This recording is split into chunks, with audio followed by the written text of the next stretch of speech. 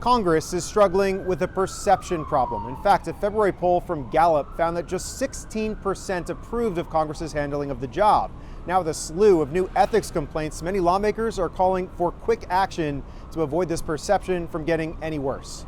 Back-to-back resignations from two high-profile members of Congress. He thought that he was untouchable. California Democrat Eric Swalwell facing allegations of sexual assault and sexual misconduct. These allegations of sexual assault are flat false. On Friday, Swalwell denied the most serious allegations, but by Sunday, he suspended his campaign for governor, and on Monday, he announced his resignation from Congress, writing, "I must take responsibility and ownership for the mistakes I did make." Then, just a short time later, Republican Representative Tony Gonzales of Texas also announced his retirement, writing, "There is a season for everything, and God has a plan for us all." Gonzales has been under an ethics investigation and has admitted to an affair with a staffer who later died by suicide. The chair lays before the House a communication. On Tuesday, both departures were made official. Signed sincerely, Tony Gonzales, Eric Swalwell. With their resignation letters read on the House floor. I'm glad that those two resigned. I don't think that's a reflection of these institutions generally. All this bringing new attention to two other lawmakers, both from Florida, facing House ethics investigations. Republican Congressman Corey Mills from the Orlando area is being investigated for allegations of domestic abuse and stolen valor, while Democratic Congresswoman Sheila Sherfilis McCormick from the West Palm area was already found guilty by a House ethics subcommittee for allegedly funneling $5 million in COVID relief funds to her campaign. They found some alarming facts. House Speaker Mike Johnson sidestepped questions on Tuesday on the investigation of Mills, a fellow Republican, but was bullish on whether the House was likely to act on Sherfilis McCormick, a Democrat. I believe it'll be the consensus of this body that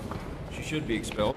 But Democrats are likely to insist that if Sherfilis McCormick is expelled, Mills should be as well. Now, expulsion is very rare in the House of Representatives, happening 3 times in the Civil War era to lawmakers that sided with the Confederacy. Twice for bribery, once in the 1980s and once in the early 2000s. And then most recently in 2023, Republican George Santos from New York became the 6th person to be removed before serving time in federal prison for identity theft and wire fraud. On Capitol Hill, I'm Evan Koslof for Spectrum News.